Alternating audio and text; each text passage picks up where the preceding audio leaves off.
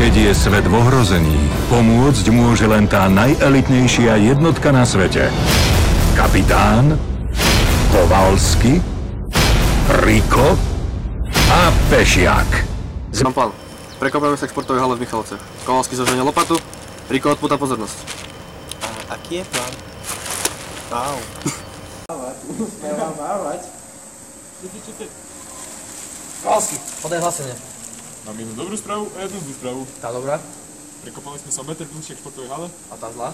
Zlomili sme poslednú lopatu. A kde to vlastne sme? No, športová hala to asi nebude.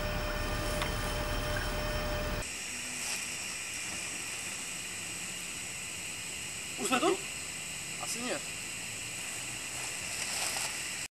Kovalsky, podaj hlasenie o priebehu letu do športovej haly. Šéfe, mám problém. Ujavil sa tu blikajúci objekt na palubovke. Riko, príručka.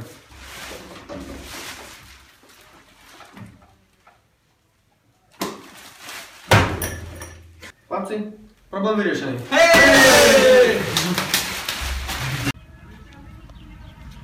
Marty! Alek! Marty? Ale? Modori,